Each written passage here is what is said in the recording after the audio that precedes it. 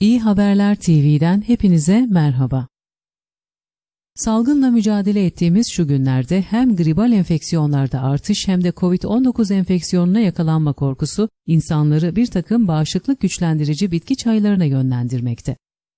Ancak şifa kaynağı bitki çayları doğru tüketilmediğinde hipertansiyon, diyabet veya kanser gibi bazı kronik hastalıklarda hastalığın şiddetini artırabiliyor, üstelik kullanılan ilaçlarla etkileşime girerek ilaçların ve tedavinin etkinliğini de azaltabiliyor.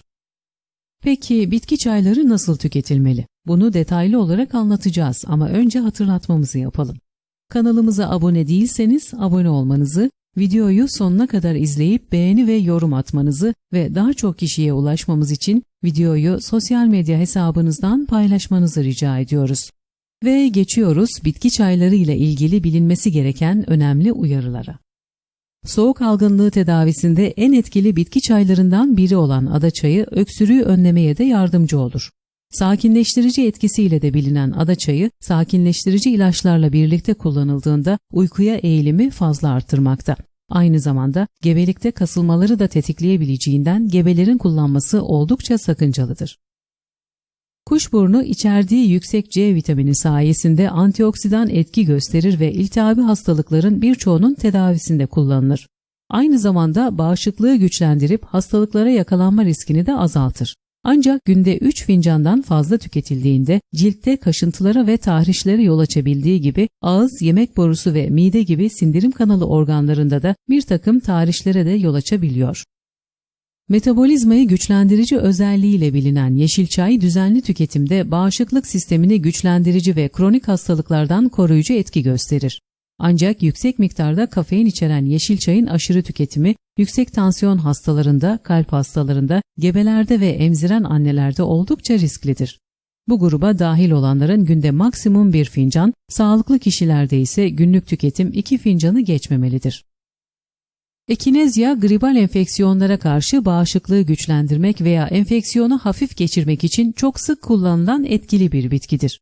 Kış aylarında her gün 1 veya 2 fincan tüketilerek kür şeklinde uygulanabilir. Ancak bu kürün bir aydan uzun sürmemesi gerekiyor.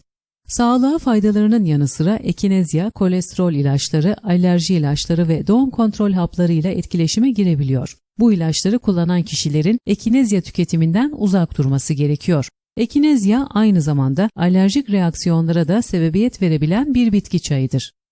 Üst solunum yolu enfeksiyonlarında başta mide olmak üzere sindirim sistemi problemlerinde ve idrar yolu enfeksiyonlarında tedavi amaçlı kullanılabilen kekik çayının pek bilinmeyen özelliği ise tansiyon düşürmesidir. Bu etkisi düşük tansiyonlu kişilerde risk oluştururken aynı zamanda yüksek tansiyon hastalarının kullandığı tansiyon düşürücü ilaçlarında etkinliğini artırarak hayati risk oluşturabiliyor.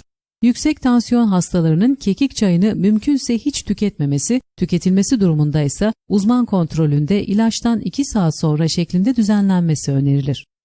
Soğuk algınlığında mide bulantısı başta olmak üzere mide bağırsak rahatsızlıklarında sıklıkla kullanılan zencefilin az bilinen bir özelliği ise safra salgısını ciddi şekilde artırmasıdır.